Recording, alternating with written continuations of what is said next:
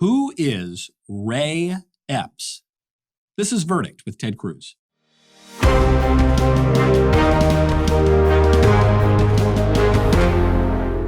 Verdict with Ted Cruz is sponsored by American Hartford Gold. I'm sure I'm not the only one who's noticed everything is getting expensive. We are in the biggest economic crisis since 2008, with a government that's printing trillions and trillions of dollars. Consumer prices are the highest we've seen in 30 years. Inflation is certainly here to stay. And if the government continues its out-of-control printing and spending, the dollar could continue its free fall and lose its coveted role as the world reserve currency. So how do you protect your money, your retirement, your savings? Well, American Hartford Gold can show you how to hedge your hard-earned savings against inflation by helping you diversify a portion of your portfolio into physical gold and silver. They'll even help move your existing IRA or 401k out of the volatile stock market into a precious metals IRA. And they make it easy. They are the highest-rated firm in the country with an A-plus rating from the Better Business Bureau and thousands of satisfied clients. And if you call them right now, they will give you up to $1,500 of free silver on your first qualifying order. So don't wait. Call them now. Call 855-768-1883. That's 855-768-1883. Or text CACTUS to 65532. Again, that's 855-768-1883. Or text CACTUS to 65532. Verdict with Ted Cruz is also sponsored by Stamps.com. If you've got a small business, you know there's nothing more valuable than your time. So stop wasting it on trips to the post office. Stamps.com makes it easy to mail and ship right from your computer. So save time and money with Stamps.com. Send letters and packages for less with discounted rates from USPS, UPS, and more. Since 1998, Stamps.com has been an indispensable tool for nearly 1 million businesses. Stamps.com brings the services of the U.S. Postal Service and UPS shipping right to your computer. Whether you're an office sending invoices, a side hustle Etsy shop, or a full-blown warehouse shipping out orders, Stamps.com will make your life easier. All you need is a computer and a standard printer, no special supplies or equipment. Within minutes, you're up and running, printing official postage for any letter, any package, anywhere you want to send. And you'll get exclusive discounts on postage and shipping from USPS and UPS. Once your mail is ready, you just schedule a pickup or drop it off. No traffic, no lines. Cut the confusion out of shipping. With Stamps.com's new Rate Advisor tool, you can compare shipping rates and timelines to easily find the best option. So save time and money with Stamps.com. There's no risk. And with our promo code, VERDICT, you can get a special offer that includes a 4-week trial plus free postage and a digital scale. No long-term commitments or contracts. Just go to Stamps.com, click on the microphone at the top of the homepage, and type in VERDICT. Welcome back to Verdict with Ted Cruz. I'm Michael Knowles. And Senator, it's just a very simple question with which you set the internet and the Senate on fire today.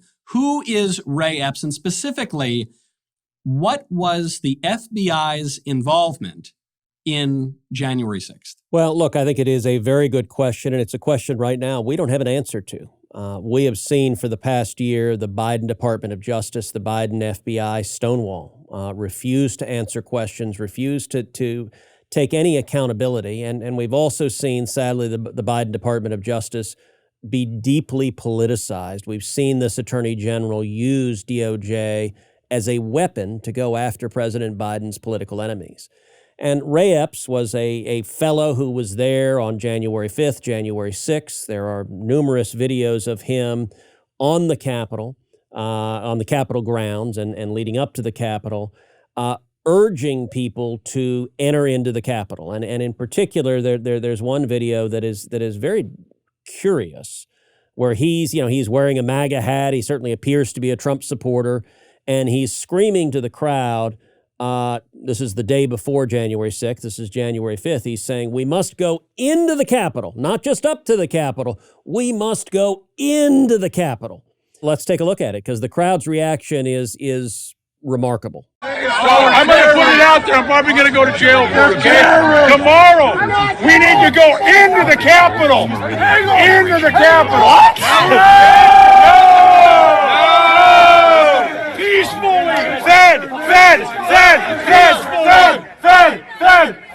So, Michael, it's very curious behavior. The crowd, as you see, begins chanting, fed. And the next day, on January 6th, there are also photographs of this fellow, Mr. Epps, talking to someone else wearing a Trump hat, whispering in his ear.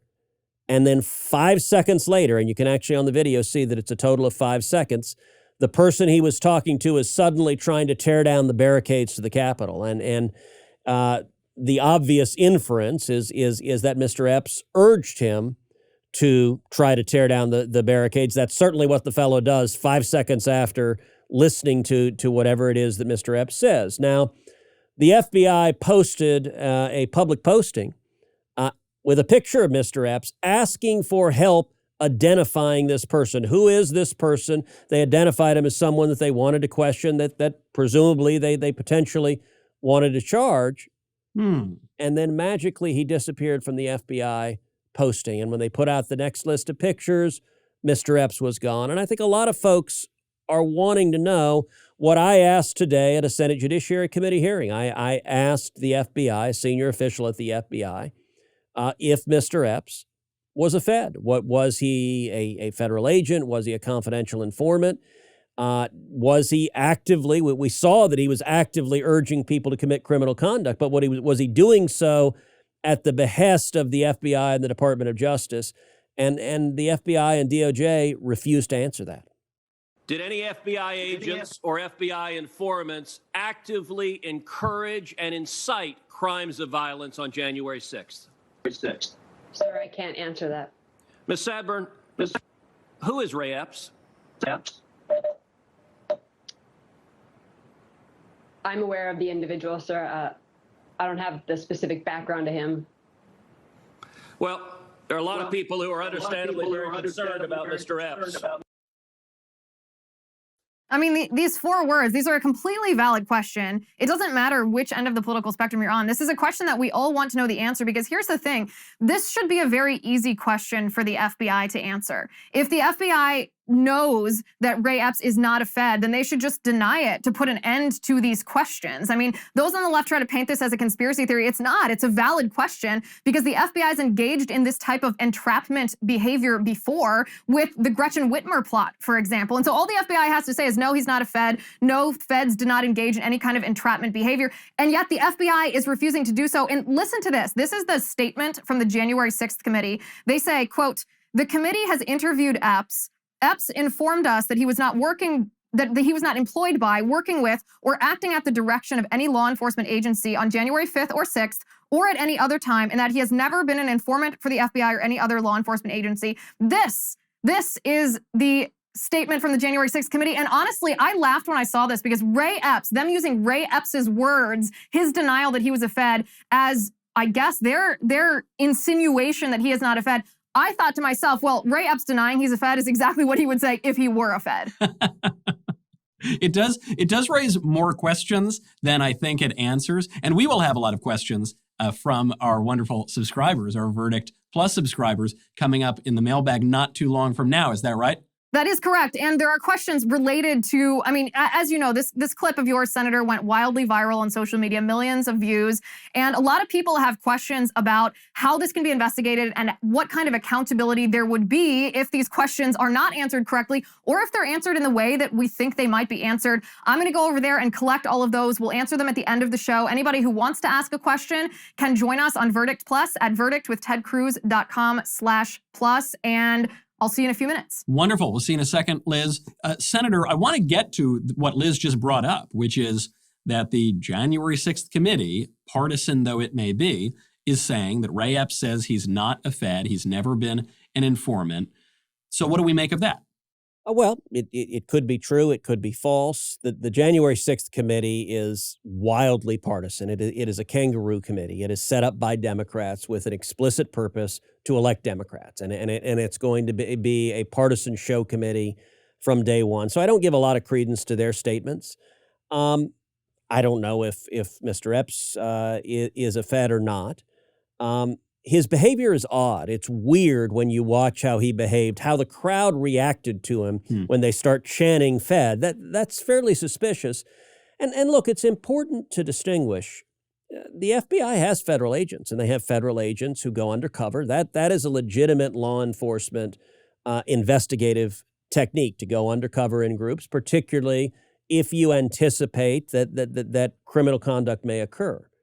What the FBI can't do and shouldn't do, and it's improper for them to do, is for them to instigate criminal conduct. So the FBI can't join the Michael Knowles book club and while you're sitting there reading some incredibly dry, Latin book about the medieval times, say, hey, let's go knock off a bank tomorrow. Come on, Michael, are you man enough to knock over a bank?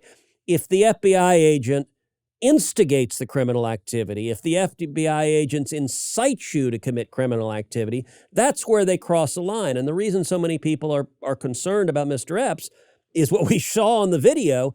He is urging people to commit criminal activity that ultimately a lot of people are being prosecuted for. And so it was really stunning. I asked the FBI over and over and over again, did FBI agents commit acts of violence on January 6th?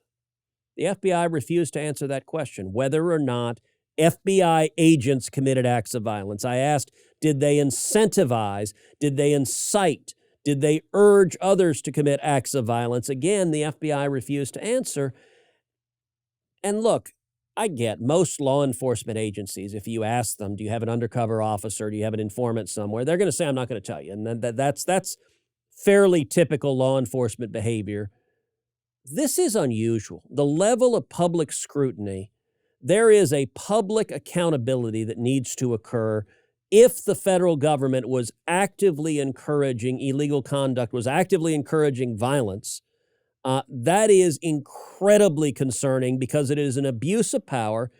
And look, everyone views this in the context that we remember the 4 years of the Trump presidency. We remember the FBI and the intelligence community and the Department of Justice and the deep state actively conspiring against the president. We remember the FBI fraudulently altering a document, submitting it to a federal court, creating counterfeit. And by the way, this is not me saying this. This is the Department of Justice Inspector General that outlined how these deep state operatives were so passionately anti-Trump that they broke the law. And so it does raise the question, did that happen on January 6th? And the fact that the Biden Department of Justice refuses to answer is deeply, deeply concerning. And I got to say, even for Democrats, it ought to be concerning. And I'm not going to out anybody, but I will tell you, I had a conversation with a Democratic senator today who saw the questioning in judiciary. And he said, I got to tell you, I'd never heard of this guy, Ray Epps, before that hearing. That's really troubling. And he said, I'd like to know that answer. Now, I'm not going to out this senator because frankly, he or she would come under a lot of heat for saying that publicly because the Democrats don't let you buck their party. But if anyone genuinely cares about the integrity of law enforcement, you ought to be troubled by law enforcement entrapping people and incentivizing criminal conduct. That's not what law enforcement is supposed to be doing. And I think the Biden DOJ needs to have some real transparency answering these questions. But how are we going to get an answer? Because you, I think, brought this issue and this man, Ray Epps, to national attention today in a way that he had not been before. But the FBI just stonewalled you and said, well, we're not going to tell you. Well, we're not going to tell you. Well, I can't answer that. And, apologies, but I don't exactly take the FBI at their word, especially these days. So are we ever going to, if a United States senator in an open hearing can't get an answer out of the FBI, is that it? We just have to believe them because they say so? Well, it doesn't have to be. Look, Republicans are in the minority right now in the Senate, so I lack the ability to subpoena anything. It takes a majority of a committee to subpoena something. If you had even one Democrat willing to break from the herd and say, let's get an answer to that, that would be a step in the right direction. What needs to happen at this point, the first step we can do is shine a light. What needs to happen is we need reporters actually to do their job. We need reporters to ask the Attorney General, who is Ray Epps? Did you have confidential informants? Did they incite violence? What are the details? You need reporters to ask Democratic senators, why don't you care? Why aren't you asking this question? Why are you allowing the Department of Justice to stonewall? We need sufficient public uproar that the Department of Justice is forced to have some accountability. It may take until a year from now. A year from now, I believe we will have at a minimum a Republican House of Representatives. We may, and I hope we'll have a Republican Senate a year from now as well. If that happens, I very much hope that we see a House and or a House and Senate willing to use the subpoena power to get answers to this. But absent that, we've got to have enough public attention that the Democrats are guilted or shamed or feel enough heat that they have to answer questions and get to the truth. I don't think that it makes a lot of sense right now to expect bipartisanship because last I checked, the Democrats are trying to whip all the votes they can to get rid of the filibuster, to ram through the federalization of elections. You actually have come to be the public enemy number one, at least for the White House. They're whipping votes against you on this issue of Nord Stream 2 and Russia trying to build a pipeline. So it does seem like the stakes are very, very high right now, and any Democrat who bucks the party line is going to be thrown into the outer darkness. Well, Michael, that's exactly right. The Biden White House is fighting me tooth and nail on multiple fronts. They're fighting me on January 6th. They're fighting me trying to cover up what happened. They're fighting me on the filibuster and their attempt to federalize elections. And they're fighting me, ironically, in defense of Russia and Nord Stream 2. You know, if you look at January 6th, the other half of the hearing this morning is I asked the Department of Justice, I said, all right, how many people have been charged with crimes of violence? If you assault a police officer, if you physically assault a police officer, you should be prosecuted. You should go to jail. Nobody should be able to violently assault a cop. But I asked, especially if it's a Fed who's doing it. Yeah. How many people have been charged with crimes of violence? Department of Justice refused to answer. How many people have been charged with nonviolent crimes? They refused to answer. I asked, how many people are currently incarcerated? They refused to answer. I asked, of those people, how many have been placed in solitary confinement, both violent and nonviolent? They refused to answer. And then I said, all right, let's look at a different instance where we had violence across the country, which were Black Lives Matter and Antifa riots all over the country.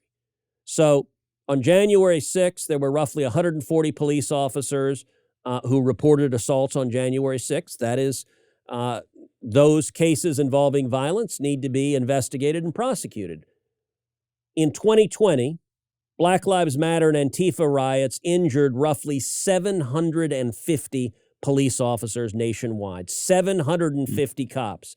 I asked the Department of Justice, those 750 cops that were injured, how many crimes of violence have been charged?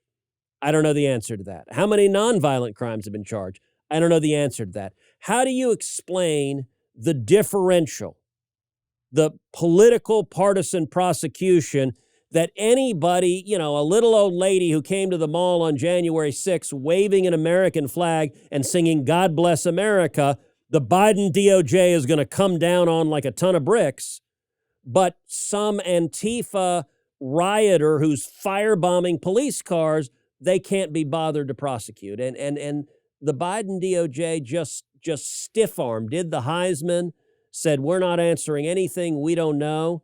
There needs to be accountability there.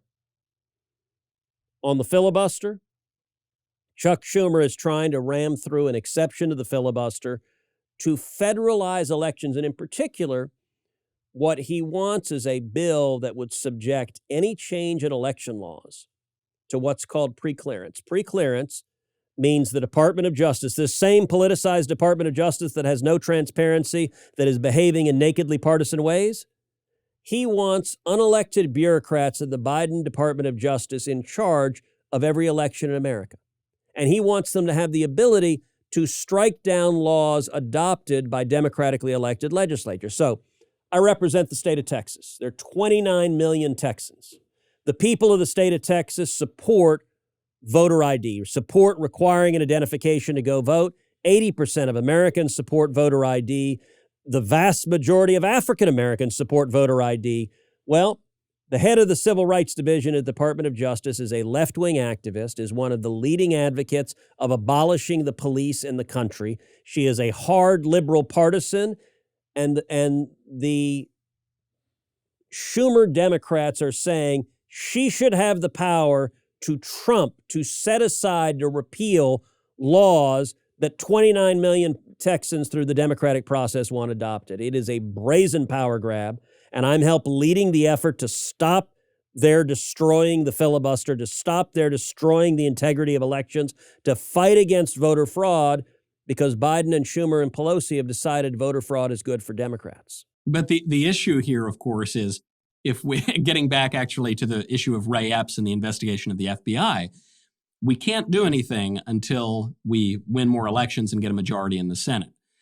If the Democrats grab this power, it's going to be much, much, much, much harder. I think in a lot of Democrats' minds, they think it will give them a permanent majority because they're going to be taking all the power for running the election. So how urgent is this issue? Am I just clutching my pearls and waking up in a cold sweat for no reason? Or is there a genuine threat here that we're looking at a generational kind of power grab? So listen, there is a real threat here. On the filibuster, it all comes down to Joe Manchin and Kyrsten Sinema. So far, they have resisted ending the filibuster.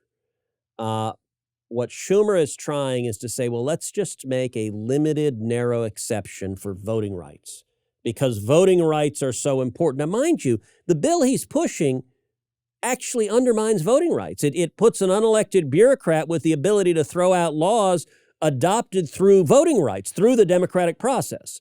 So it's an anti-voting rights bill.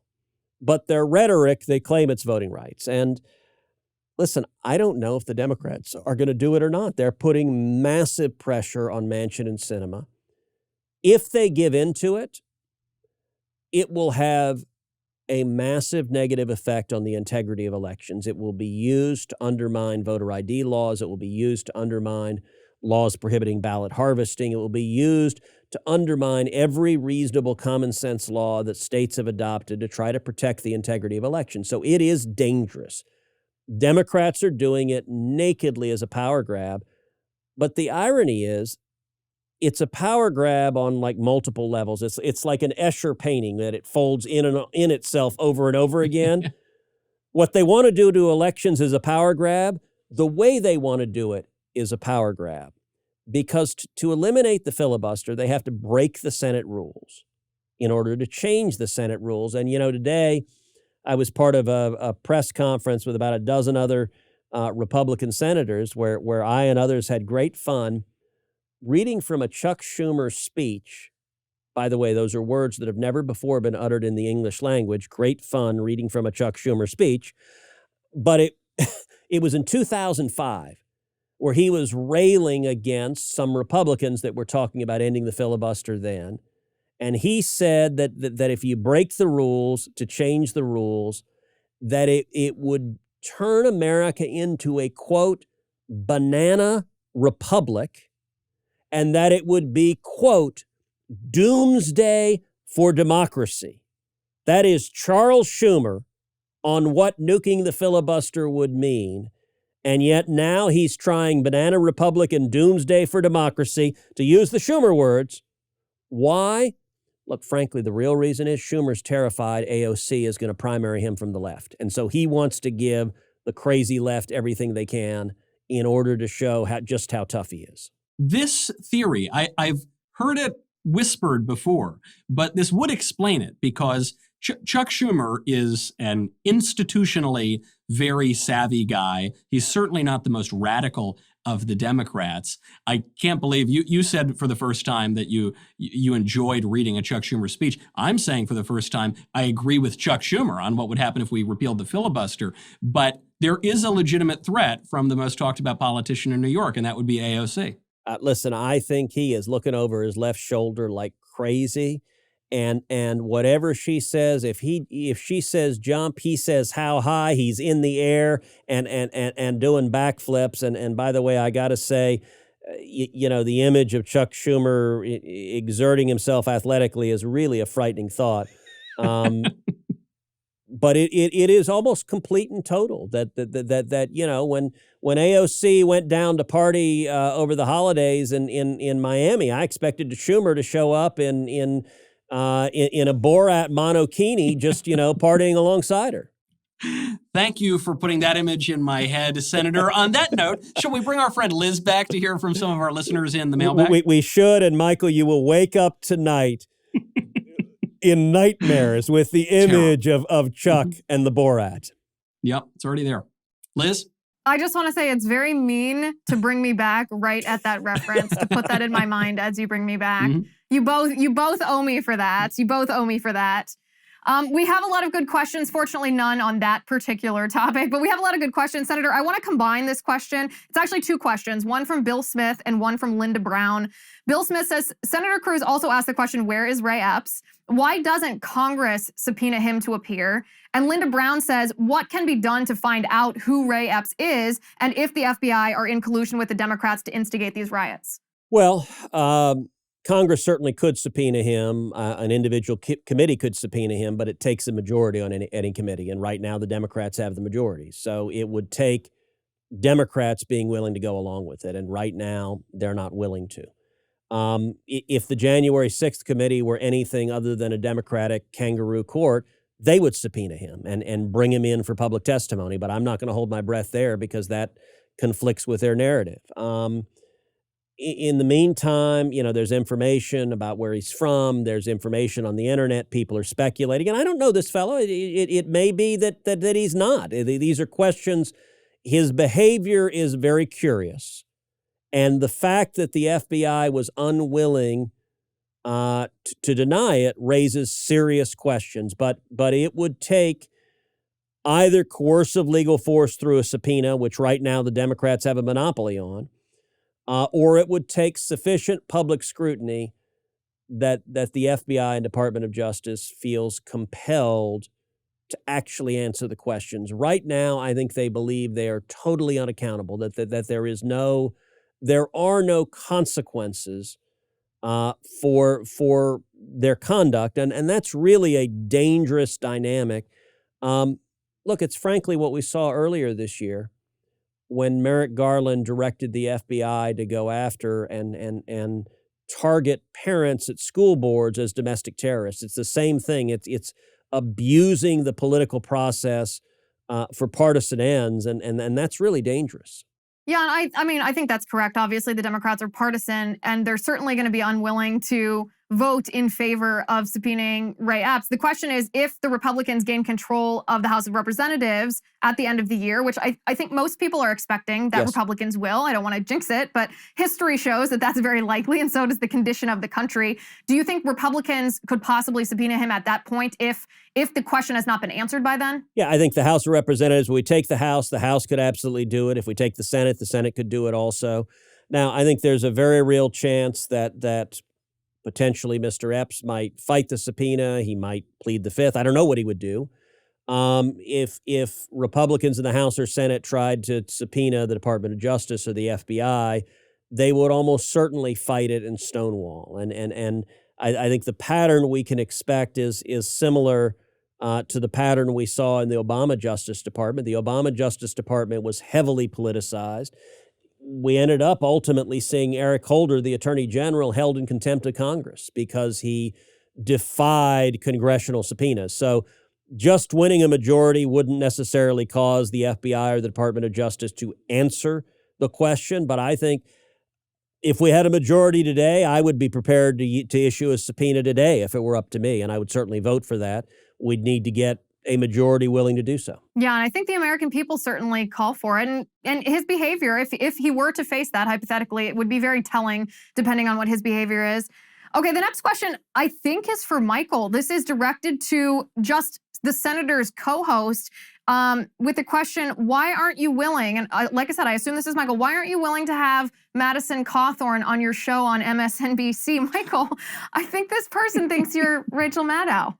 You know, I was waiting for the punchline on that, and it's a good question, actually, because Rachel Maddow has said or her producers said in an email that they didn't want to ask Madison Cawthorn, the Republican congressman, for comment because he might come on the show. I would criticize Rachel, but we doppelgangers have to stick together, and so I'm not going to be throwing any stones at my MSNBC counterpart. Okay, that's a very political answer to that, Michael. Well, that's all right. I made that question up anyway because I thought it was funny. Senator, here's a real question for you. This is from Real Truth Cactus, who has some of the best questions. She says, why have we seen the left suddenly switch the COVID messaging from inflated statistics and fear-mongering to accurate COVID information that would have gotten you banned from Twitter a year ago? Yeah, because they're brazen hypocrites and they realize that their policies are very unpopular. People don't want small businesses shut down again. People don't want their schools shut down again. Children, literally millions of children, are being hurt by these ridiculous policies. And people are tired of the brazen mask mandates. You know, today we had a press conference in the Senate, and there were about a dozen Republican senators there, and all the reporters were there. And a reporter from PBS asked me a question. She said, all of we reporters are wearing masks. None of you senators are wearing masks. What's wrong with you? Why aren't you wearing masks? And I laughed at her and I said, because people are tired of the ridiculous double standards. We've seen Biden say no vaccine mandates and then suddenly vaccine mandates for everyone. We've seen Biden say if you're vaccinated, you don't got to wear a mask, and then suddenly everyone's got to wear a mask. We've seen Fauci say masks don't work, and then suddenly you need 2, 3, 4 masks, and then, well, I'm going to lie to the American people about masks because I don't think they can handle it. We've seen the flip-flops back and forth, and I told her, I said, look, you're a reporter. If you want to wear a mask, you can wear a mask for the rest of your damn life. I don't care. But some of us actually believe in freedom and are not going to wear a mask for the rest of our lives. But then I turned to her, Liz, and I said, you know what? How come you reporters never asked Joe Biden when he's standing at the damn podium in the White House, he's not wearing a mask? How come you never asked Joe Biden, where's your mask? How come Jen Psaki, the White House press secretary, when she's standing at the podium, no mask, we don't see reporters say, Miss Psaki, why aren't you wearing a mask? Because you guys are a bunch of partisan hypocrites. She didn't like that answer. No, I bet she didn't. I personally would like if the press would question Biden about not just why he doesn't wear a mask at the podium, but why he does wear a mask on the beach by himself outdoors when he's walking his dog. Because that one will blow your mind, I tell you. That one's the craziest. Okay, the next question is from a new Verdict Plus community member, Padre Boston. I happen to know that this is a Catholic priest in Boston. Padre Boston says, Senator, can Dr. Fauci be forced out by a Republican-dominated Congress? That's actually a good question. By a Congress is tough because the executive power has the power of hiring and firing. So Fauci, as far as I know, is not currently in a Senate-confirmed position, so he doesn't require Senate confirmation. I assume, I haven't studied this, but I assume the Secretary of HHS could fire Fauci, or the president could direct that he be fired. Congress could put a lot of heat on the administration. Congress could, I suppose, theoretically try to attach something like an appropriation rider to legislation. I've never seen that targeting a particular individual. That would almost surely be challenged in litigation if you tried. So the principal thing Congress could do is shine a light on Fauci's repeated contradictions, on his abuse of power, on his hypocrisy, and on what appears on the face of it to be his committing of a federal crime, lying to Congress about whether the federal government funded gain-of-function research at the Wuhan Institute of Virology. And that's lying to Congress is a federal crime, a felony punishable by up to 5 years in prison. I've asked about that. I've shined the light on that. I've pressed on that. But the problem is, look, under our Constitution, we got 3 branches of government: legislative, executive, judicial. Only the executive can prosecute Fauci for lying to Congress. And at least right now, the Biden DOJ, they ain't going to do it. Forget about the law.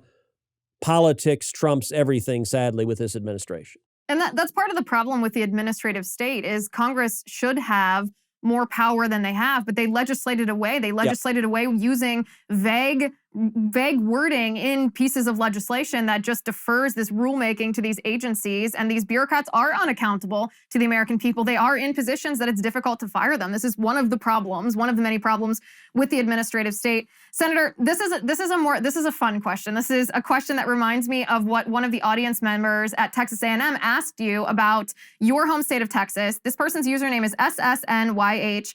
He asks, would Ted be willing to moderate a Texas governor's debate before the primary? That's an awfully good question. It's a lively question. You know, I probably shouldn't do that. I'm friends with all the people running for governor. Greg Abbott has been a good friend. He was my boss 5.5 years. There's enough contentious dispute. I'm supporting Abbott because he has been a close friend and supporter for decades. So you probably shouldn't have a moderator who's taken a position in a race. Senator, that has never stopped a moderator before. Obvious and overt bias in personal relationship. I think that's just the par for the course at this point. So actually, Michael, I'd remind me when Chris Wallace moderated the debate between Trump and Biden, was Wallace actually wearing a Biden T-shirt with a giant foam finger that said #1? I'm pretty sure he was like wearing the same shirt we see on illegal aliens crossing the border now, and you know, with a giant foam cowboy hat, you know, Biden's cheerleader. Yeah, I mean, you're thinking of Candy Crowley, surely, or someone from CNN who's giving questions to Hillary Clinton. Let's not get confused here. I personally don't believe that there is someone who isn't biased. Anybody who follows politics has an opinion, and I don't think there's anything wrong with that. I think, in fact, sometimes owning up to bias makes it more fair, because then your audience can control for your bias. But I thought that was a fun question. So, Liz, I was going to jump in on the question of debate bias real briefly. One change I've actually suggested in how presidential debates happen is two-stage. #1, Republican primary debates in the presidency should only be moderated by people who intend to vote in a Republican primary. Yep. So if you're a lefty journalist, if you want every Republican to lose, you shouldn't be a moderator.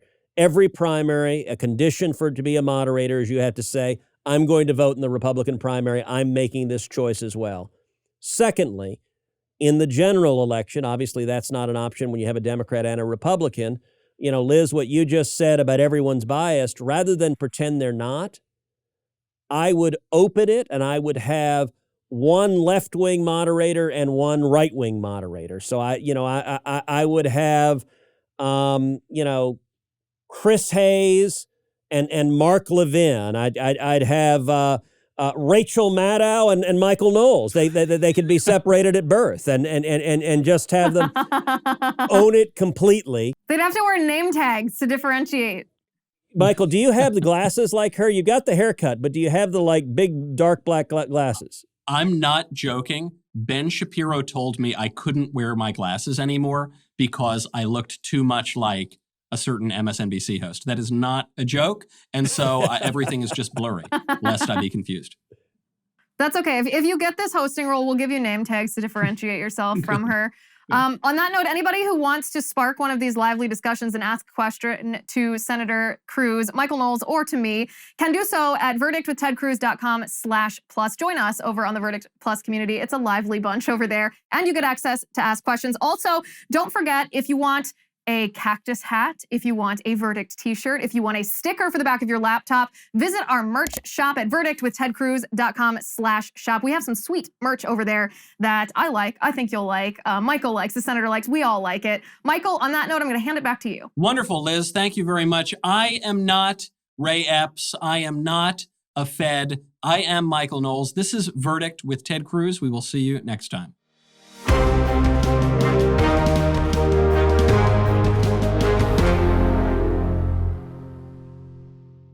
By the way, don't forget our tremendous giveaway in honor of the 2-year anniversary of Verdict. If we reach 15,000 members on Verdict Plus by January 21st being, of course, the anniversary, the inaugural episode of Verdict with Ted Cruz, then we will bring one Verdict Plus member to a live taping of Verdict. Now, you don't have to pay anything. This is an unpaid.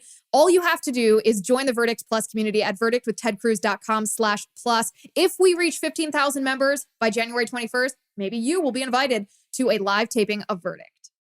Also, on YouTube, we will be selecting 15 random people who leave comments on episode 100. That's episode 100 on YouTube. 15 random people we will be selecting to get a box of Verdict merch from the Verdict merch store. We're talking about sweet cactus hats. We're talking about t-shirts. We're talking about stickers, really cool stuff. You could be one of the 15 lucky people. Head on over to our YouTube channel and leave comments. 15 of you are going to get a box of Verdict merch. And perhaps the most fun, this isn't exactly a giveaway, but it's even better. If we get to 50,000 reviews on Apple Podcasts, that means that you go over, you subscribe to the show, Verdict with Ted Cruz, you leave us a 5-star rating, you give us a glowing, obviously great review over there. If we get to 50,000 reviews, then we're going to do a poll to see exactly what Michael and Senator Cruz are going to do in 2022. These are the options. And by the way, shout out to Real Truth Cactus for this idea. These are the options. Either the senator wears a Braves jersey for a whole episode. That's option number 1. Option number 2, Michael and the senator arm wrestle. I'm very biased, but this one's my favorite. Option number 3, the cactus makes a guest appearance on our show. Or option number 4, Michael roasts Princeton and the senator roasts Yale in a throwdown episode. 50,000 reviews on Apple Podcasts, and you will be in control of one of the episodes in 2022. Head on over to Apple, subscribe, give us a great review.